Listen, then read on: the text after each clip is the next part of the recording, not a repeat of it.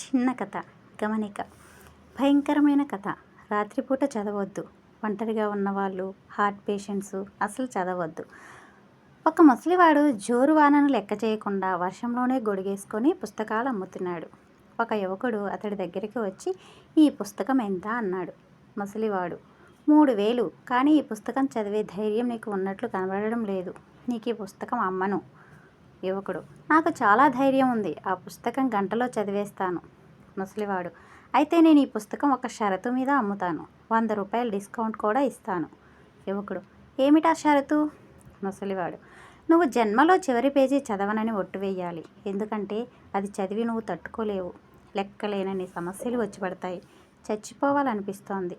యువకుడు, ఓకే, ఒట్టు. చివరి పేజీ చదవను. ఇదిగో డిస్కౌంట్ పోను 2900 రూపాయలు. పుస్తకం ఇవ్వు. ముసలివాడు పుస్తకం ఇచ్చి ఒట్టు గురించి మళ్ళీ గుర్తు చేశాడు.